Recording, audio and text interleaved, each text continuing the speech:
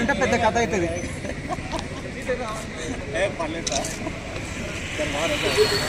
ప్రకృతి విలయతాండవం చూపడంతో సర్వం కోల్పోయిన బాధితుల కోసం మహబూబాబాద్ పట్టణంలోని ఓ ప్రైవేట్ పాఠశాలలో 10వ తరగతి చదువుతున్న సాయి సింధు అనే విద్యార్థిని తన కిడ్నీ బ్యాంకులో జమ చేసుకున్న 3,000 రూపాయలను ముఖ్యమంత్రి సహాయ నిధికి అందజేసింది. చిన్నారి పసిప్రాయంలో చూపిన ఔదార్యాన్ని, గొప్ప మనసును ముఖ్యమంత్రి కొనియాడారు. వయసు చిన్నదైనా నలుగురికి సహాయం చేయాలనే తన పెద్ద మనసును మంత్రులు కొనియాడారు.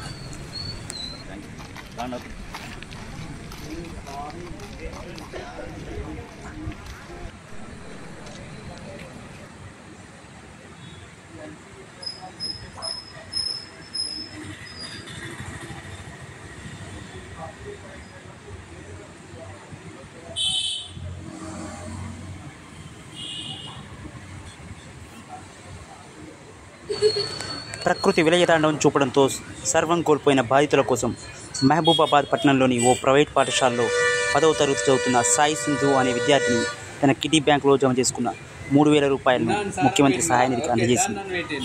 చిన్నారి పసిప్రాయంలో చూపిన ఔదార్యాన్ని, గొప్ప మనసును ముఖ్యమంత్రి కొనియాడారు.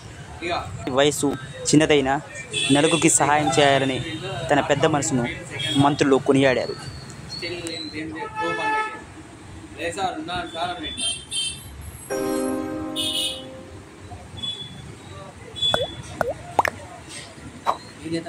ఓకేనా? వచ్చిందా? అది వెళ్ళొస్తుందన్న స్క్రీన్